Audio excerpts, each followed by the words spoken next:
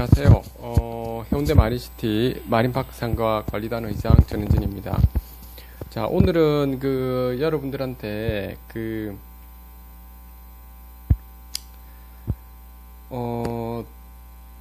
지금 구분 소유자 있지 않습니까? 그러니까 구분 소유자께서 건물을 어떻게 지금 관리를 해야 되는가 하는 부분에 대해서 좀 말씀을 좀 드릴까 합니다. 물론 지금 동영상을 보고 있는 분들 중에서 임차인 분들도 계실 겁니다. 그래서 임차인 분들에 대해서도 여러분들이 좀 잘 들어보시고 웬만하면 좀 공정하게 지금 진행을 하려고 하다 보니까 여러분들이 혹시라도 이견이 있는 부분도 있을 겁니다. 그 부분에 대해서는 여러분들이 주변에 한번 알아보시고, 이견이 있다는 말은 좀 명확하지 않다는 거지 않습니까? 실제적으로 집합 건물 같은 게 명확하지 않는 부분이 있기 때문에 이제 이 부분도 여러분들이 앞으로 좀 살펴봐야 될 부분이라 봅니다. 제가 그러면 뭘 이야기하고 싶으냐라고 하면 집합 건물 같은 경우는 구분 소유권이 주어져 있죠. 그러니까 분양을 받아 가지고 호실마다 본인들이 이제 받은 걸 바탕으로 해가지고 관리단 총회를 열 거 아닙니까? 그렇죠? 그러면 관리단 총회를 딱 열어서 여러분들이 거기에서 관리인이나 또는 관리단의 회장을 좀 뽑을 겁니다. 그리고 거기에 따른 또 관리위원회인 총무라든지 감사라든지 이렇게 좀 선출을 하게 되죠. 어떤 절차가 굉장히 좀 중요하다라고 하는 부분은 누누이 제가 말씀을 드렸던 부분입니다. 그런데 그런 어떤 절차 과정에서 있죠. 뽑을 때, 보통 우리가 건물 같은 데 이렇게 있다 보면은, 건물에 있는 구분 소유권을, 그러니까 수분양을 받아놨고 난 다음에, 물론 거기 계신 분들이 분양 받은 분들이 또 입점해가지고 운영하시는 경우가 있죠. 그분들이 보통은 회장이라든지 감사라든지 총무가 되는 것이 지극히 당연한 사실입니다. 그 부분은. 근데 일부 소유권을 가지고는 다 있는데 임차인한테 모든 것을 맡기는 경우도 좀 있죠. 임차인이 맡기다 보니까 임차인이 사실은 건물에 대한 모든 결정을 관리단 집회 같은 데도 구분 소유자가 본인이 의사에 대한 찬반을 하겠다라고 하면 상관없는데 그런 이야기가 전혀 없다면은 임차인이 소유자한테 물어보고 할 필요는 없습니다. 물어보고 할 필요 없이 진행할 수도 있다라고 하는 겁니다. 물론 집합건물법에 위반되지는 않아야 되겠죠. 또는 상위법에 있는 헌법에 위반되지는 않아야 될 겁니다. 그러되다 보니까 이제 시간이 좀 흘러가다 보면 자칫 잘못하면 있죠. 소유자 여러분들께서 공정하게 해야 될 부분은 맞는데 그 건물에 대해서 너무 이렇게 내팽개 주다 보니까 그러니까 월세만 좀 받으면 된다라는 생각을 가지고 있다 보니까 결국에는 임차인들이 굉장히 많은 곳 있지 않습니까? 대부분의 임차인 90% 이상이 임차인들로 되어 있는 경우면 임차인분들 입장에서는 그 건물에 대해서 한 2, 3년 있다가 다른 곳에 가면 되거든. 아니면 최소 5년 있다가 그래서 공용 부분을 무단으로 훼손을 하는 경우도 굉장히 좀 많고요. 다시 말해서 건물 관리가 엉망으로 되는 경우가 있다는 거죠. 왜냐하면 관리단 집회를 할 때, 물론 임차인이, 거기에 대한 관리위원회의 위원은 될 수는 절대 없습니다. 그거는 법으로 그렇게 규정이 나와 있고, 규약으로 본인들이 바꾸더라도 그거는 잘못된 규약입니다. 그 부분은. 그런 부분은 여러분들이 알고 있을 거라 봅니다.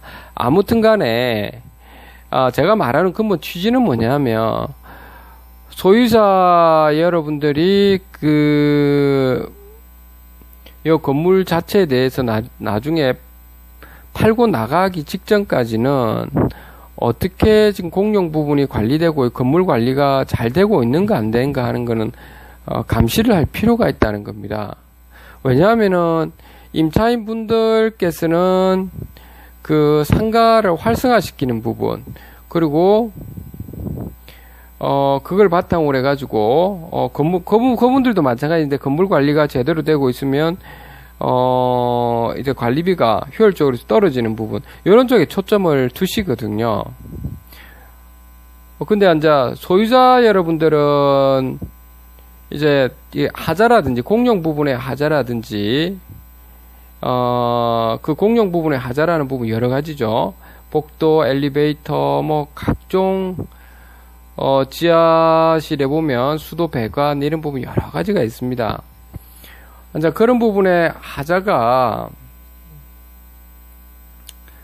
없도록 이렇게 해야 되는 건데, 그럼 관리사무소에서 제대로 좀 관리를 해야 되는 부분이죠.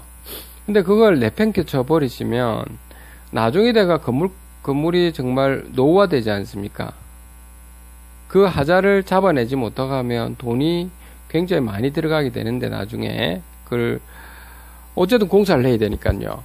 그럼 그 공사를 할 때 결국 누가 내야 되느냐라고 하는 부분인데, 건물의 공용 부분의 하자는 실질적으로는 소유자들이 내야 되거든요. 그 점을 명심하셔야 됩니다. 그렇기 때문에 소유자 여러분들께서는 그 제가 명심해야 될 부분이, 어떤 관리단 집회라든지 이런 거 할 때 과연 그 공용 부분에 대한, 건물의 공용 부분에 대한 관리가 얼마만큼 철저히 되고 있는가라고 하는 거다. 물론 또 본인에 있는 그 소유권 부분이 있지 않습니까? 호실 있는 부분도 명확하게 그것도 얼마 서비스가 잘 되느냐도 봐야 됩니다. 그리고 층과 층 사이 있죠.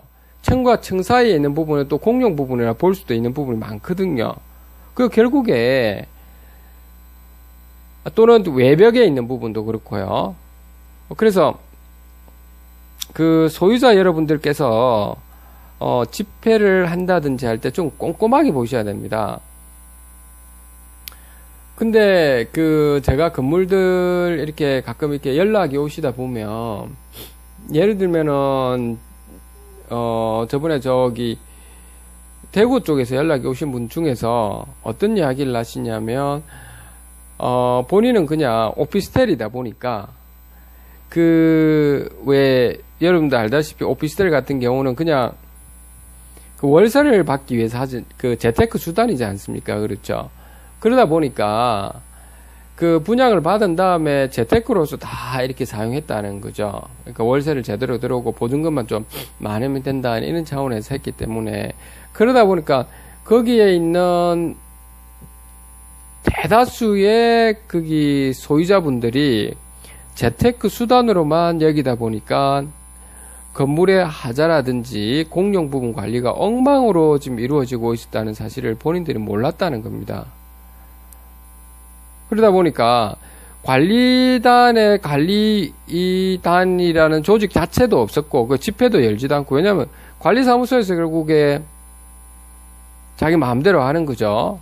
그리고 그 요건을 만들어 놔야 되니까 그 임차인들을 대동해가지고, 그러니까 그 살고 있는 사람들요, 사인만 딱 받게 하고 집회를 한 것처럼 이렇게 꾸며나면 되니까요. 그 뭐 절차상으로는 하자가 없지 않습니까? 물론 그 관리단 집회 자체도 하지 않았다면 그거는 문제 있는 거고요. 그 자체가 절차상 문제니까. 그리고 회장이고 뭐고 이런 거 자체가 성립하지는 않겠지만요. 그래서 꼭 제가 당부드리고 싶은 부분은, 여러분들 그 소유자 여러분들께서 있지 않습니까? 공용 부분에 대한 관리가 제대로 이루어지는지 안 이루어지는지는 꼭 살펴봐야 됩니다. 특히 이제 건물 하자가 제대로 되는지 안 되는지, 하자가 발생했으면 꼭 관리사무소에 가서, 특히 그 비가 샌다든지 이런 게 있으면 관리사무소에 누누이 그걸 강조를 해서 제때제때 빨리 고치도록 그렇게 해줘야 되고요. 그럼에도 불구하고 이제 그런 부분을 안 고쳐준다든지 뭐 관리사무소에서 그런 데가 많을 겁니다, 여러분들. 대구 거기도 보니까 그렇게 좀 그 누수가 일어나고 이래서 좀 제때제때 해달라고 했는데도 불구하고 시행사에서 데리고 온 끈앞풀들이 많거든요. 그래서 그 사람들 입장에서는 본인들이 해기는 했다고는 하는데 뭐 안 되고 그냥 놔줬다고 합니다. 그럼 그렇게 되니까 나중에 돼가지고 5년이 지나가고 나면 장기 수령 충당금에서 여러분들이 납부해야 되는데, 그거는 장기 수령 충당금은 임차인이 납부할 대상은 아니거든요. 설령 만약에 관리비에서 장기 수령 충당금을 임차인께서 관리비를 납부를 했다라고 하더라도 그 임차인 여러분들도 아셔야 될 부분이 나가실 때 안에서는 장기 수령 충당금 부분에 대해서는 반드시 관리사무소에서 이야기를 하십시오. 그런데 관리사무소에 이야기하면 관리사무소에서는 이렇게 이야기할 겁니다. 소유자분한테 받아가십시오라고 하는 것은 맞습니다. 그게 뭐 왜 내가 소유자한테 받아야 되느냐 이렇게 할 필요는 없습니다. 감정적으로. 그래서 그렇게 소유자분한테 받아가시면 됩니다라고 하면 그 반드시 받으십시오라고 이야기를 하신다면 소유자분한테 정산을 하실 때 받으시면 됩니다. 예전에도 제가 한번 이런 이야기를 아마 했던 것 같은데요. 또 하나는 뭐냐면 임차인들께서는 좀 잘 들으셔야 됩니다. 제가 임차인을 위해서, 여러분들을 위해서 지금 이런 이야기를 하고 있는 거고, 또 소유자분들도 이걸 보고 계실 거니까 저도 소유자 입장에서 이야기를 하는 거지만, 임차인들이든 뭐 소유자분에 관계없이 좀 공정하게 해야 된다는 이런 취지에서 하는 겁니다. 임차인들 여러분들께서는 이제 부동산 계약을 할 때 장기 수령 충당금이라든지 이런 모든 계약은, 모든 것들이 본인들이, 그러니까 임차인께서 납부하기로 명시되어 있다고 해보겠습니다. 만약에 그렇게 명시되어 있다고 한다면 임차인이 내셔야 되고, 나갈 때도 거기에 대해서 받아갈 수는 없는 겁니다, 여러분. 임차인께서는 그걸 분명히 아시고 계약을 할 때 특약사항을 좀 유심히 살펴보도록 하십시오. 특이하게 그런 것이 없다면 당연히 누가 낸다? 소유자가 낸다라는 사실도 여러분들이 반드시 이 부분은 좀 알고 있어야 될 거고요. 그리고 또 구분 소유자 여러분들께서는 또 한 가지 또 알아야 될 부분이, 웬만하면 있지 않습니까? 건물의 공용 부분에 대해서 복도라든지 이런 여러 가지들이 있을 겁니다. 그런 부분을 함부로 여러분들 공용 복도나 이런 것을 마음대로 훼손을 함으로 해가지고 뭐 어떤 예를 들면 1층이다 또는 2층이다 이렇게 공용 부분을 마음대로 막 훼손을 함으로 해가지고 나중에 돼가지고 복구할 수 없는 정도 상황이 좀 벌어지는 상황이 생기거든요. 그러므로 해가지고 서로 간에 싸우는 부분이 생기고, 간판 같은 경우도 지주 간판을 갖다가 자기 거 위주로 해서 1층에 있는 사람들 끄지로 해가지고 이렇게 뭐 또 세워물 해가지고 공용 부지에 세워물 해가 또 싸우기도 하고 이런 부분이 많이 발생합니다. 그렇기 때문에 공용 부분에 대한 관리 보존은 그리고 개량해야 될 부분, 이런 부분, 또 부서진 것은 다시 이제 고쳐야 될 이런 부분 굉장히 좀 중요하다는 거고요. 그런 부분을 그냥 가만히 둬버렸을 때 나중에 그 공용 부분에 대한 어떤 관리가 제대로 안 됐을 때 그 어떤 여파로 인해 가지고 분란의 소지가 너무나도 많게 되고, 그로 인해 가지고 법적 다툼까지도 생기게 되는, 다시 말해서 소송까지 가게 되는 상황이 많이 벌어지게 되거든요. 그래서 그러면 그걸 어떻게 해결해야 되느냐 하는 차원에서 제가 이야기를 좀 드릴까 합니다. 일단 아까 제가 말씀드렸듯이 특히 오피스텔 같은데 소유자분들은 임대만 내놔놓고 나서 하더라도 관리단 집회라든지 이런 것들이 있거나, 아니면 최소한 그렇지 않더라도 한 석 달에 한 번씩이든 넉 달에 한 번씩이라도 좋으니까요, 한 번 정도는 관리사무소에 가서 공용 부분에 대해서 제대로 관리가 되고 있는지를 무조건 물어보십시오. 굉장히 좀 중요하다라고 하는 거고요. 그리고 그 오피스텔 같은 경우에 호실에 있는 부분은, 전유 부분은 그 임차인께서 있지 않습니까? 뭐 물이 샜다, 뭐가 뭐 시설이 문제 있다는 거 반드시 전화 옵니다. 그분들이. 그러면 그거는 뭐 당연히 가셔가지고 소유자분이 고쳐야 될 것인지 아니면 반반씩 해야 될 것인지 이런 부분이 나오지 않습니까? 그렇죠, 여러분들. 그러니까 그거는 크게 중요한 게 아니다라는 부분입니다. 전용 부분이나 이쪽 부분은. 그러니까 그건 크게 중요한 게 아니고 공용 부분에 어쨌든 간에 좀 신경을 좀 써주시라라고 하는 거고, 그 써주는 과정에서 그 신경을 써야 되는 과정에서 여러분들 집회를 열 때는 그 소유자 여러분들의 권리임에도 불구하고 그냥 신경을 안 쓰면 임차인분들이 대부분이 있는 오피스텔 같은 경우를 제가 말하는 겁니다. 오피스텔 같은 경우는 좀 여러분들 권리 행사 안 함으로 해서 그 건물이 엉망이 되는 경우를 제가 그 제보를 통해서 목격을 좀 하고 이러니까 그런 부분이 발생 안 하도록 여러분들이 사전에 미리 좀 조치를 좀 취해줬으면 좀 합니다. 그 다음에 여러분들 웬만하면 있지 않습니까? 관리단이 조직이 되고 나면 있죠. 관리단 조직에서의 위원들은 그걸 통상적으로 다 그렇다는 겁니다. 반드시 그래야 된다는 건 아니지만 통상적으로 거의 95% 이상이 다 그렇습니다, 여러분들. 그 소유자분이 여기 직영으로 입점해서 있죠. 운영하시는 분들이 사실은 물론 집회는 제대로 열어야 되고요. 과반수를 통과해야 되고 이런 부분이 있거든요. 분들이 그 회장을 하고 총무를 하고 감사를 하고 이런 부분이라고 했죠. 저번에도 말했듯이. 이제 그리고 지분을 누가 많이 차지한다, 않느냐 하는 것은 중요한 것은 아니다라고 하는 겁니다. 그것은 우리는 지금 공용 부분은 자존심 싸움이 아니지 않습니까? 그래서 얼마만큼 관리를 잘 하는가라고 하는 유능한 사람이 누군가라고 하는 걸 보고 해야 됩니다. 그리고 특히 그 관리단에 조직되어 있는 위원들 일수록 있죠. 공정해야 됩니다. 특히 공용 부분에 대해 훼손은 절대 해서는 안 되고 자기 사익을 목적으로 해서 자기 그 업의 확장을 위해서 공용 부분을 무단으로 훼손한다든지, 왜냐하면 회장이라고 또는 뭐 총무라고 위원이라고 본인이 먼저 그렇게 갑질 행사를 하는 경우는 퇴출되셔야 됩니다. 나가셔야 된다는 거죠.